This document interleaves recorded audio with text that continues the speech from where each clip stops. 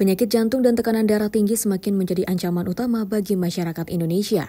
Konsumsi garam berlebih dan lemak trans buatan merupakan dua faktor risiko utama. Data dari Kementerian Kesehatan menunjukkan bahwa hampir 75% kematian di Indonesia disebabkan oleh penyakit tidak menular, yang sebenarnya dapat dicegah dengan pola makan sehat.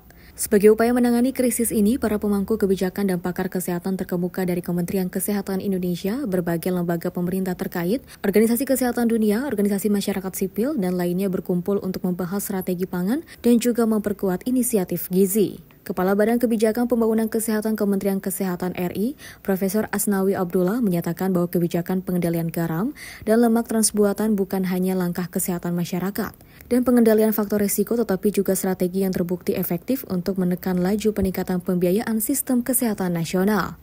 Nah, sebenarnya penyakit tidak menular ini bisa kita kendalikan dengan mengendalikan faktor risiko.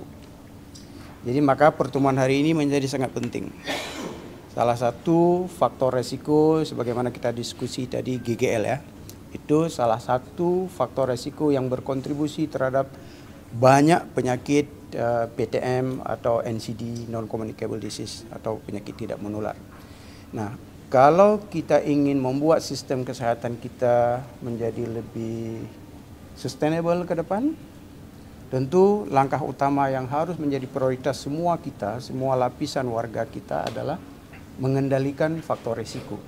Baik dari kebijakan kita desain yang aplikatif maupun dari pihak industri, pihak akademisi, semua pihak kita dan tentu warga bangsa kita juga harus ikut serta dalam mengendalikan faktor risiko. Dengan kerjasama lintas sektor dan kebijakan yang kuat, Indonesia dapat mengurangi jumlah penyakit yang sebenarnya bisa dicegah dan mengurangi beban ekonomi akibat meningkatnya biaya pengobatan penyakit tidak menular. Dari Jakarta, Dio Malau, Simpo TV melaporkan.